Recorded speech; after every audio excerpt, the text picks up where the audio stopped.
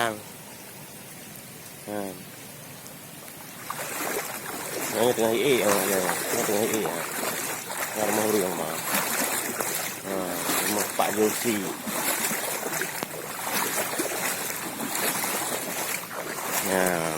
Maklum.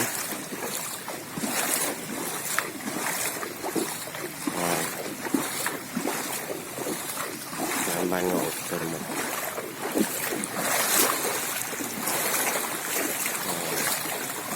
Inilah kondisi Tumpuk Barat, Kecamatan Bandang Kuli untuk sementara ini. Merah jam 8.